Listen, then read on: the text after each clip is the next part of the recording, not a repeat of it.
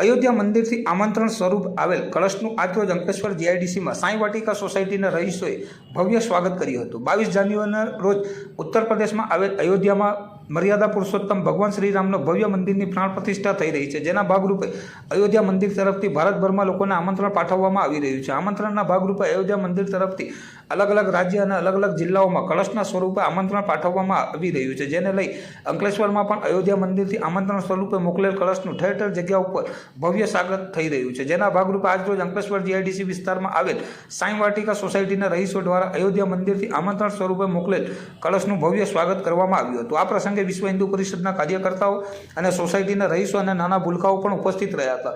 ભગવાન શ્રીરામના કળશની પૂજા અર્ચના કરી સોસાયટીના રહીશોએ ધન્યતા અનુભવી હતી। વધુમાં લોકોએ અયોધ્યા રામ મંદિર પ્રાણ પ્રતિષ્ઠા ઉપસ્થિતિ આપે એવી વિશ્વ હિન્દુ પરિષદના કાર્યકર્તાઓ દ્વારા આમંત્રણ સ્વરૂપે અપીલ કરવામાં આવી હતી।